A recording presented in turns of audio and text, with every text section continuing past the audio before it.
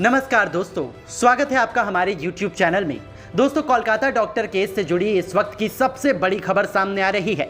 बता दें कि इस मामले में सीबीआई को एक महत्वपूर्ण सुराग इंतजार करने के बाद मिला है। पूरे वीडियो फुटेज में मुख्य आरोपी को हल्के लाल कलर के टी शर्ट में स्पष्ट रूप से देखा गया है। पहले अनुमान लगाया जा रहा था कि यह व्यक्ति अस्पताल का स्टाफ का हो सकता है, लेकिन सीबीआई की जांच में पता चला है कि कोई भी व्यक्ति को नहीं जानता था। इसी वजह से शक की सुई इसी ओर घूम गई थी।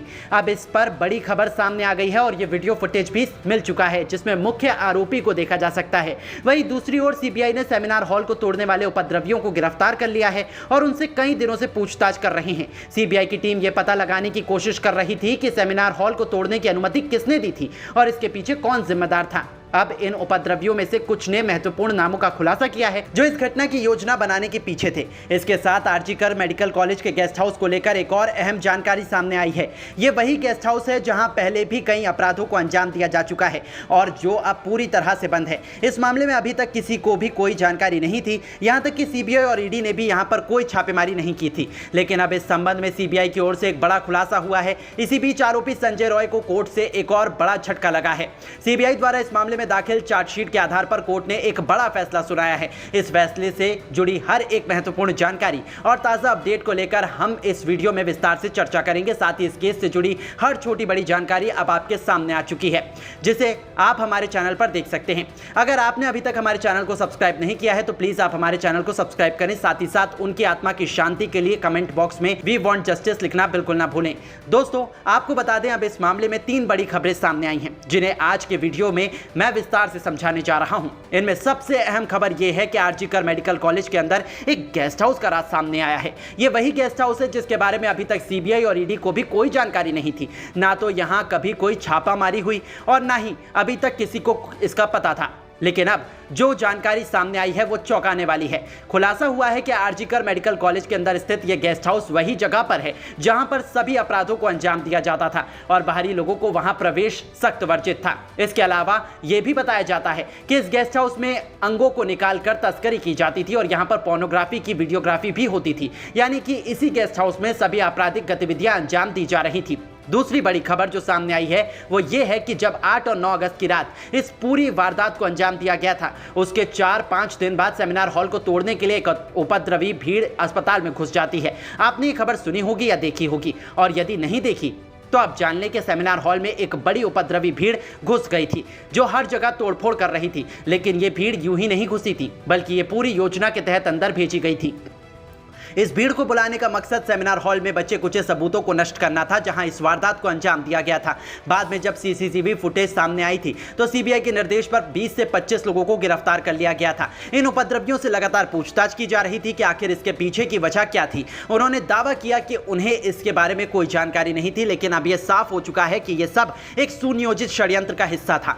इस मामले में आरजीकर मेडिकल कॉलेज के प्रिंसिपल संदीप घोष और एक जूनियर डॉक्टर ने मिलकर सेमिनार हॉल को तुड़वाने की योजना बनाई थी। अब इस साजिश के कई अहम सबूत सामने आ चुके हैं। इसी के साथ संदीप घोष के खिलाफ एक और बड़ा सबूत मिला है। पहले ही उन्होंने रेनोवेशन के लिए जो लेटर जारी किया था वो भी सीबीआई के हाथ लग चुका है। अब संदीप घोष की मुश्किलें बढ़ती हुई नजर आ रही हैं और वो मुख्य आरोपी और सबूत को मिटाने वाले के रूप में फंस चुके हैं। इस वक्त जो सबसे बड़ी खबर सामने आ रही है वो वाकई हैरान कर देने वाली है। 8 और 9 अगस्त की रात को जब इस वारदात को अंजाम दिया गया था और अगली सुबह जब मामले की जानकारी मिलती है तो पुलिस फोर्स और अन्य टीमें पूरी तरह से मौके पर मौजूद थी। डॉक्टर बिटिया के आसपास लगभग 11 फीट का घेरा बनाया गया था ताकि क्राइम सीन को सुरक्षित रखा जा सके। लेकिन उसी दौरान एक व्यक्ति लाल टी शर्ट के अंदर घुसता है और डॉक्टर बिटिया के शरीर को छूने की कोशिश करता है। वो गर्दन पर लगे निशानों को मिटाने का प्रयास करता है जो साफ तौर पर सबूतों को नष्ट करने की कोशिश थी। इस मामले को लेकर यह महत्वपूर्ण खुलासा खुद डॉक्टर बिटिया के माता पिता ने किया है, जो इस जांच में एक अहम मोड़ साबित हो सकता है। डॉक्टर बिटिया के माता पिता का कहना है कि उनकी बेटी के गले के पास बने निशानों को जानबूझकर मिटाया गया है।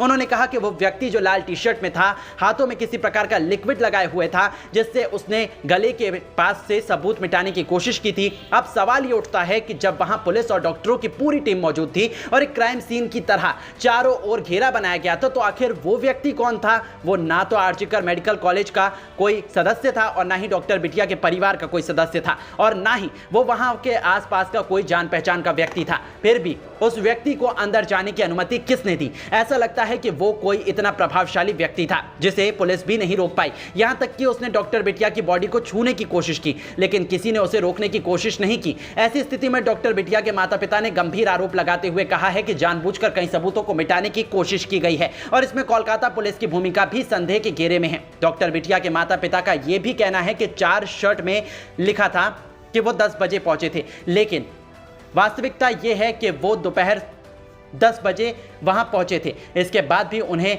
3 बजे तक अपनी बेटी को देखने का मौका नहीं दिया गया। सवाल ये उठता है कि अगर बिटिया के माता पिता को इतने लंबे समय तक अपनी बेटी के पास नहीं जाने दिया गया, तो उस लाल टी शर्ट वाले व्यक्ति को इतनी आसानी से अंदर क्यों जाने दिया गया? इससे यह स्पष्ट होता है कि मामले को दबाने और सबूतों को मिटाने के लिए योजनाबद्ध तरीके से काम किया गया था। अब एक और महत्वपूर्ण सवाल यह उठता है कि अगर कोलकाता पुलिस सच बोल रही है, तो आखिर 10 से 11 बजे के बीच वो कौन व्यक्ति था जो डॉक्टर बिटिया के परिवार के सदस्य के रूप में अंदर घुसने की कोशिश कर रहा था? कोलकाता पुलिस का दावा है कि डॉक्टर बिटिया के परिवार वाले सुबह 10 बजे ही वहां पर पहुंच गए थे, लेकिन यदि वे उस समय पहुंचे ही नहीं थे, तो आखिर कौन उनकी पहचान बनकर वहां मौजूद था? यह सवाल अब और भी ज्यादा अहम हो गया है। डॉक्टर बिटिया के माता पिता द्वारा किए गए खुलासे में कोलकाता पुलिस पर कई गंभीर सवाल खड़े हो गए हैं। यह बात सामने आई है कि एक बड़े पुलिस अधिकारी ने न केवल उन्हें रिश्वत देने की कोशिश की थी, बल्कि उन्हें धमकाया भी था और उन्हें कहा गया था कि वे अपना मुंह बंद रखें। उस समय डॉक्टर बिटिया के माता पिता सदमे में थे, क्योंकि उनकी बेटी का शरीर उनके सामने पड़ा था